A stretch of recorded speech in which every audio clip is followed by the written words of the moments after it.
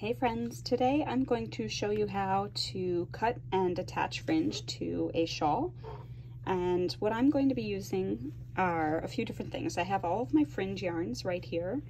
I'm going to be using this book actually to wrap my fringe around. So if your pattern calls for you to say have 7-inch fringe, my book here is 7 inches.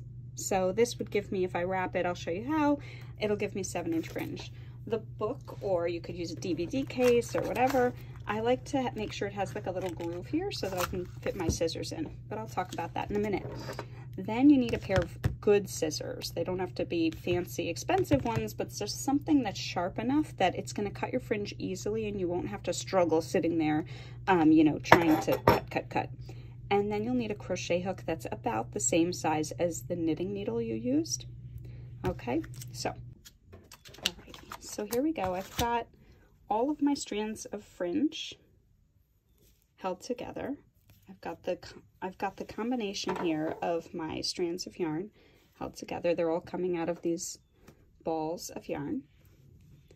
And you can do this in a couple different ways. If you're sort of wild, you like to move quickly, you can wrap a bunch of strands around. Kind of keep it loose though as you're wrapping so that your yarn doesn't stretch out and then become shorter than what you intended. So you can go fast and loose and cut multiple bits of fringe all at once like this. Or if you want to be more precise, you can cut single groups of fringe at a time. So wrap once around your book and then cut and move on to the next one. But I like to set up sort of an assembly line. I'll make a bunch of strands of fringe, lay them all out, and then work on fringing my piece. So here I'll just cut a couple more. Especially with this one where I've got a lot of different yarns in the fringe strands, and they're a little grabby of each other. I don't want to do too many at once.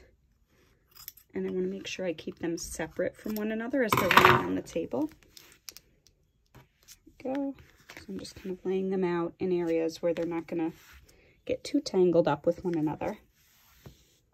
Additionally, if you're worried that you might run out of one of your yarns that you're using for your fringe, if you make all of your strands, if you just use up everything you have and make all your strands, get them ready, you'll know exactly how many you have. So if you end up with, say, 40 groups of fringe, you know you have 20 fringes for one side of your shawl and 20 for the other.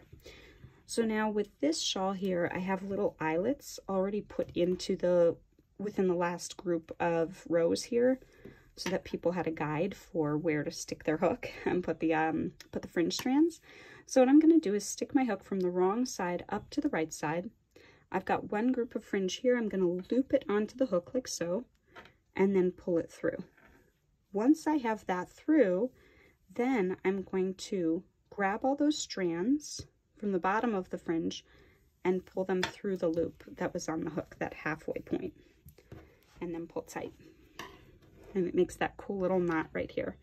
And I'm going to repeat that. And again, I love doing this sort of as an assembly line, making a bunch of fringe, then adding that fringe to the shawl. And I already did a couple pieces down at the bottom edge. Snuck them in there.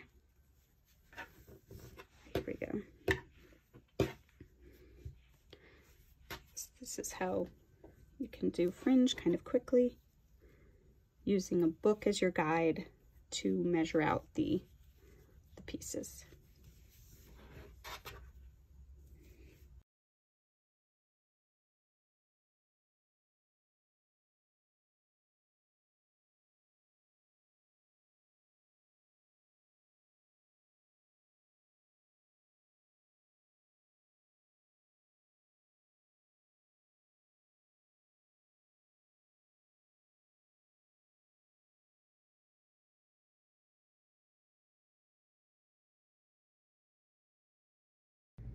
When I make any project that has fringe, sometimes the fringe can be a little uneven on the bottom. So what I do is I take a wide tooth comb.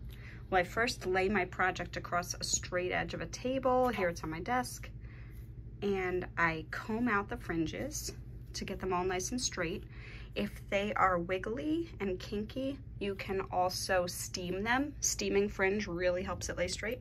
And then I take a scissor and I just cut the fringes that are hanging a little too long, a little awkwardly, like so. And you can always go back and cut more. So it's good to take a break every so often and admire your work and check it out and make sure you like the way it looks.